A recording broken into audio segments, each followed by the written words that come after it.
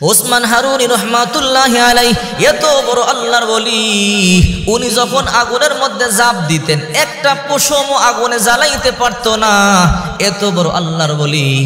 অথচ নামাজ পড়ায় পিছনে মানুষের সংখ্যা বড়ই কম, মনের মধ্যে বড় দুঃখ, এতগুলো মানুষ কিন্তু নামাজ আদায় করতে আসে না। নামাজের সময় মাত্র 4-5 জন মানুষ দেখা যায়, অথচ আজান দিলে মানুষ রাস্তাঘাটে ঘোরাফেরা করে। আমরাও দেখি যখন আজান দেয় মসজিদের মধ্যে মুসল্লির সংখ্যা বড় কম, কিন্তু রাস্তাঘাটে হাজার হাজার মানুষ ঘোরাফেরা করে। অথচ আল্লাহর হাবিব সাল্লাল্লাহু আলাইহি ওয়াসাল্লাম বলেন, আউয়ালু মা ইউহাসাবু বিহিল আবদু ইয়াওমাল কিয়ামাতিস সালাহ, কিয়ামতের দিন সর্বপ্রথম বান্দা বান্দির নামাজের হিসাব হবে। ওসমান হারুনি রহমাতুল্লাহি আলাইহি ইরাকের সেন্ট্রাল মসজিদের ইমাম, এত বড় মসজিদ, নামাজের সময় মুসল্লির সংখ্যা বড়ই কম, মনের মধ্যে বড় দুঃখ, মানুষের জাহান্নামের দিকে দৌড়ায় কিন্তু জান্নাতের দিকে আসতে চায় না।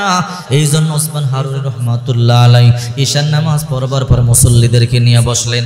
মুসল্লিদেরকে নিয়ে বসবার পরে ওসমান হারুনি রহমাতুল্লাহি আলাইহি বললেন, একটা কথা বলবো, এই কথা তোমরা কাউকে বলবা না। মুসল্লিরা বলল, আল্লাহর ওলি বলেন।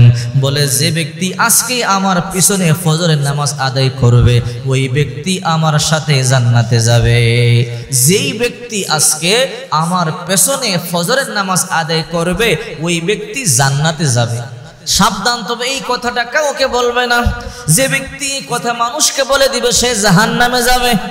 সবাই বলল, ঠিক আছে হুজুর, এই কথা আমরা কাউকে বলবো না, জাহান্নামী হতে পারবো না।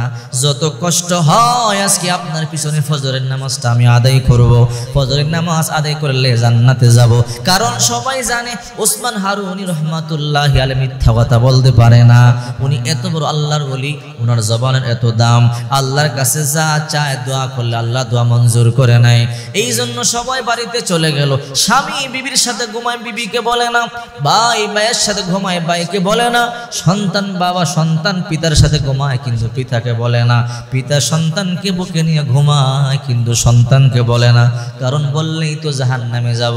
এই জন্য কেউ কাউকে বলে না, মনে মনে চিন্তা, একা একা ফজরের নামাজটা আমি আদায় করব।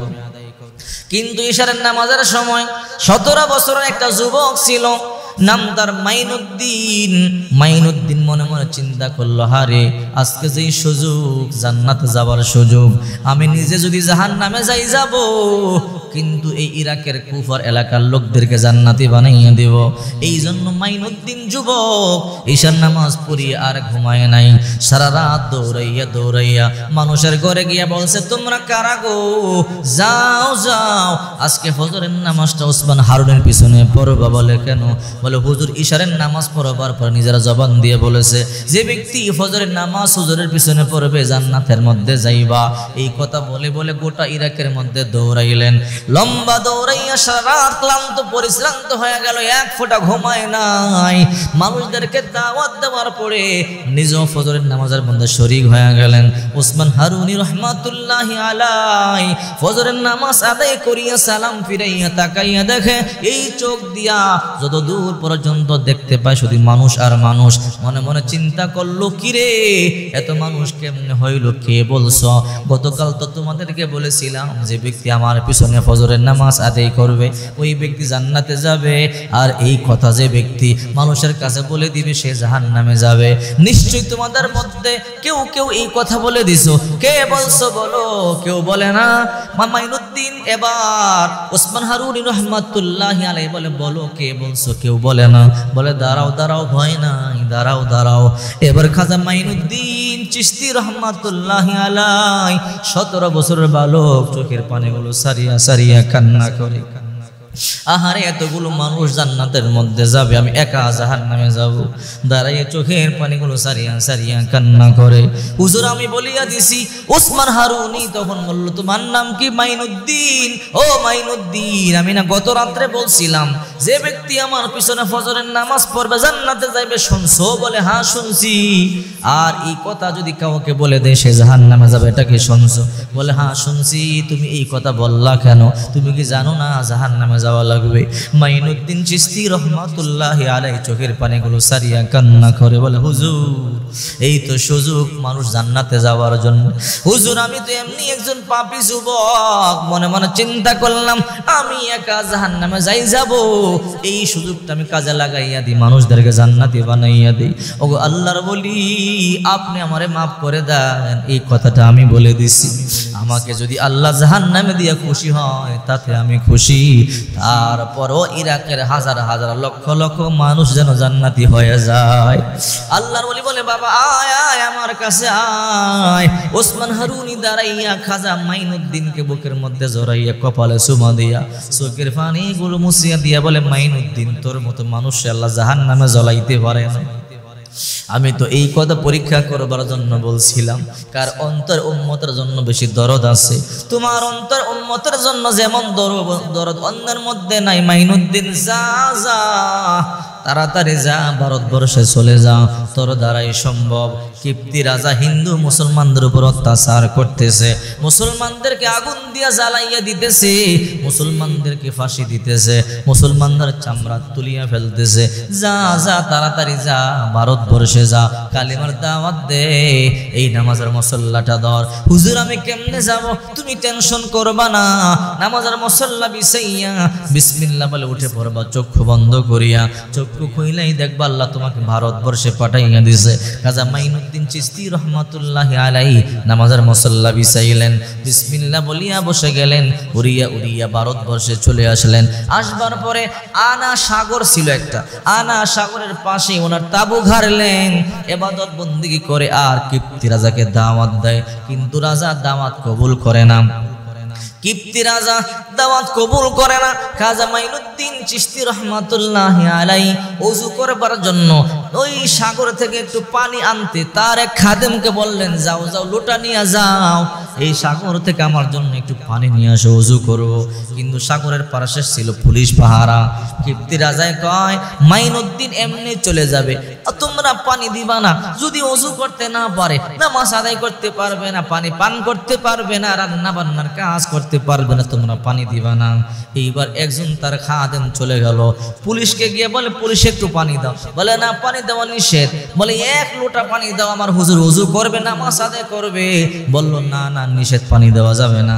আর একজন পুলিশ বলে, এক লোটা পানি দিয়ে আর কি হবে, দে দে এক লোটা পানি দিয়ে দে, বেশি পানি দিস না।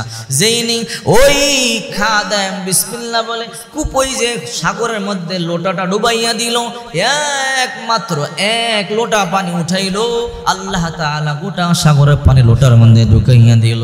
লোটা নিয়ে চলে আসছে, গোটা সাগরের পানি শুকাইয়া গেল। পুলিশেরা দৌড়াইয়া গিয়া বলে, ও কিপ্তি রাজা। বলে কি? বলে ঘটনা খারাপ। বলে কি হয়েছে? বলে মাইনুদ্দিনের জাদু এত পাওয়ার, এক লোটা পানি নিচে গোটা সাগরের পানি শুকাইয়া গেছে। তাই নাকি? বলে হ্যাঁ। এবার কিপ্তিরা যায় এসে বলে, হে মাইনুদ্দিন কি জাদু করছো, পানি চালু করে দাও, আমরা মুসলমান হব। মাইনুদ্দিন চিশতি রহমাতুল্লাহি আলাইহি নরম দিলের মানুষ, বলল আল্লাহ তুমি পানির ব্যবস্থা করে দাও। আবার পানি চালু হয়ে গেছে ঠিক, কিন্তু এই কিপ্তি রাজা কালিমা পড়ে নাই। এবার কিপ্তি চিন্তা করে, যাও মাইনুদ্দিনকে ধরে নিয়ে আসো, কারণ তাকে জেলখানায় বন্দি করব। এবার পুলিশ চলে এলো, মাইনুদ্দিন চিশতি বয়ান করতেছিল। এবার ইশারা দিয়ে বলল, পুলিশেরা বসো। যেই বসে আর উঠতে পারে না, মাটির সাথে পাছা আটা লেগে গেছে, উঠতে পারে না। অনেক লম্বা সময় কিপ্তি রাজায় কই কি রে, পুলিশ পাঠাইলাম এখনো পর্যন্ত কেন আসে না? যাও যাও আর্মিরা যাও। আর্মি পাঠাইছে, 10 মিনিটের মধ্যে ধরে নিয়ে আসবা। আর্মিরা দাঁড়াইছে, মাইনুদ্দিন চিশতি রহমাতুল্লাহি আলাইহি বয়ান করতেছিল। বলল বসেন বসেন। আর্মিরা বসছে, এদেরও পাছা লাইগা গেছে জমিনের সাথে, এরাও উঠতে পারে না। এইবার কিপ্তি রাজায় মনে মনে চিন্তা করে, আমি যাই আমি গিয়া দেখি মাইনুদ্দিনের কি হালাত, কেন তারা আসে না, গেলেই কেন আসে না। মাইনুদ্দিন চিশতি রহমাতুল্লাহ আলাইহি বয়ান করতেছিল, কিপ্তি রাজা এসে পুলিশদেরকে বলে পাঠাইলাম কেন তোমরা যাও না, এবার আর্মিদেরকে বললো তোমাদেরকে পাঠাইলাম তোমরাও কেন যাও না। আর্মিরা বলে আপনি একটু বসে দেখেন কি হালাত হয়। যেইনি কিপ্তি রাজা বসছে তার পাশে লাইগা গেছে, চলতে পারে না। এইবার কিপ্তি রাজায় কয় ও খাজা মাইনুদ্দিন আর বুঝতে বাকি নেই, মাফ করে দাও, এই মুহূর্তে আমরা কালিমা পড়ে মুসলমান হয়ে যাব। চিন্তা করে দেখেন খাজা মাইনুদ্দিন চিশতি রহমাতুল্লাহ আলাইহি কত বড় আল্লাহর ওলি ছিল, ওসমান হারুনি রহমাতুল্লাহ আলাইহি কত বড় ওলি ছিল। ওরা দুনিয়ার চিন্তা করে নাই, আখিরাতের চিন্তা করেছে। বলেছে তোমরা আল্লাহর হুকুম মানো, নবীজির সুন্নাত গুলো মানো। দেখেন আল্লাহ পাক রব্বুল আলামিন বলে হে পয়গম্বর আপনি চাইলে গোটা দুনিয়াটা আপনার জন্য অনুগত করে দেব। শুধু তাই নয় আপনি চাইলে উহুদ পাহাড়টা সোনা দিয়ে বান্দায়া দেব, সোনার থালার মধ্যে খাবার খাবেন, সোনার খাটের মধ্যে আপনি ঘুমাবেন। আল্লাহর হাবিব বলেন না না আমার উম্মত গরিব, আমি গরিব হালাতে থাকতে চাই, আর আমি গরিব উম্মতের সাথে ইন্তেকাল করতে চাই না। চিন্তা করছেন আল্লাহ নবী একদিন 3 দিন পর্যন্ত না খাওয়া, পেটের ক্ষুধার যন্ত্রণা কার কাছে বলবে, মসজিদের মধ্যে চলে আসলেন, মিম্বারে বসে চোখের পানিগুলো সারিয়ে একা একাই কান্না করে বাঁকা হয়ে বসে আছে। কাব ইবনে উজরা রাদিয়াল্লাহু তাআলা মসজিদের মধ্যে ঢুকলেন, ঢুকে দেখে আল্লাহর নবী রাহমাতুল লিল আলামিন বাঁকা হয়ে বসে বসে চোখের পানিগুলো সারিয়া সারিয়া কান্না করে। কাব ইবনে উজরা রাদিয়াল্লাহু তাআলা আনহু বলে আসসালাতু আসসালামু আলাইকা ইয়া রাসূলুল্লাহ, ও পয়গম্বর আমার পক্ষ থেকে আপনি সালাম গ্রহণ করুন। ও পয়গম্বর বিয়াবি আনতা উম্মি ইয়া রাসূলুল্লাহ মালি আরাকা মুতা গায়রুল্লাহ, ও পয়গম্বর আমার মা বাবা আপনার উপরে কুরবানি হোক, আপনি এমন কেন করতেছেন, বাঁকা হয়ে কেন বসে আছেন, চেহারার রং কেন পরিবর্তন হয়ে গেল, কারণটা কি আমারে বলেন। আল্লাহর পয়গম্বর বলে কাব ইবনে উজরা শোনো, আজকে একদিন নয় 2 দিন নয়, আজকে 3 দিন পর্যন্ত আমি নবী এক লোকমা খাবার খাইতে পারি নাই। এই দুঃখে কষ্টে আর সহ্য করতে পারলাম না। আল্লাহ তাআলা বলে জিবরাইল যাও যাও আমার বন্ধুর কাছে যাও, আমার বন্ধুরে গিয়া বলো আমার বন্ধু চাইলে উহুদ পাহাড়টা সোনা দিয়া বান্দায়া দেব।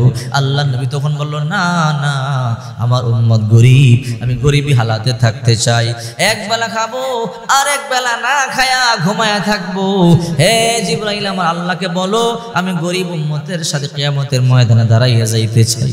চিন্তা করে দেখেন আপনার আমার নবী কেমন ছিল, অথচ সেই নবীর সুন্নত কেমনে জবাই করো যুবক, ওই নবীর দাড়িগুলোকে কাটিয়া কাটিয়া নোংরা ডাস্টবিনের মধ্যে ফালাও, তোমার কলিজার মধ্যে কি একটু মায়া লাগে না রে যুবক। এই জন্য বলি যুবক ভাই নবীর সুন্নাত গুলো মানো, মেসির মতো চুল কাটো, নেইমারের মতো চুল কাটো, কানের মধ্যে দুল পরো, হাতের মধ্যে বালা পরো, অথচ আমার রাসূল বলে মান আহাব্বা সুন্নতি ফাকাদ আহাব্বানি ওয়া মান আহাব্বানি কানা মাই ফিল জান্নাহ, যে আমার সুন্নাতকে ভালোবাসলো সে আমি নবীকে ভালোবাসলো, আর যে আমি নবীকে ভালোবাসলো সে আমি নবীর সাথে জান্নাতে যাবে। চিন্তা করে দেখো তুমি মেসিকে ভালোবাসলা, নেইমারকে ভালোবাসলা, আল মারউ মা মান আহাব্বা মান তাশাব্বাহা বিকওমিন ফাহুয়া মিনহুম, যে যার আদর্শ পালন করবে, যে যার মতো চলবে, কিয়ামতের ময়দানে তার সাথেই তার হাসর হয়ে যাবে। মেসি নেইমারকে ভালোবেসে চুল কাটতে পারলা, হাতের মধ্যে ছুরি পড়তে পারলা, কানে ধুল পড়লা, চিন্তা করছো এই মেসি নেইমারের ছবিওয়ালা গেঞ্জি বুকে ধারণ করলা, যদি এই মেসি আর নেইমারের সাথে জাহান্নামে তোমার যদি হাসরের ময়দান হয় তাহলে জাহান্নাম ছাড়া কোনো উপায় নাই। এই জন্য যুবক একটু চিন্তা করো, তোমার মতো কত যুবক গাড়ির নিচে পড়িয়ে মারা যায়, তোমার মতো কত যুবক বাসের নিচে পড়িয়ে মারা যায়, হার্ট অ্যাটাক করে মারা যায়, স্ট্রোক করে মারা যায়, লঞ্চ ডুবে মারা যায়, কল্পনাও করতে পারবা না কোন দিন তুমিও মরিয়া যাইবা। এই জন্য যুবক হাতে ধরে পায়ে পড়ে আল্লাহর দোহাই আসো নামাজ পড়ো, নবীর সুন্নাহ মোতাবেক চলো, তোমার দুনিয়া সফল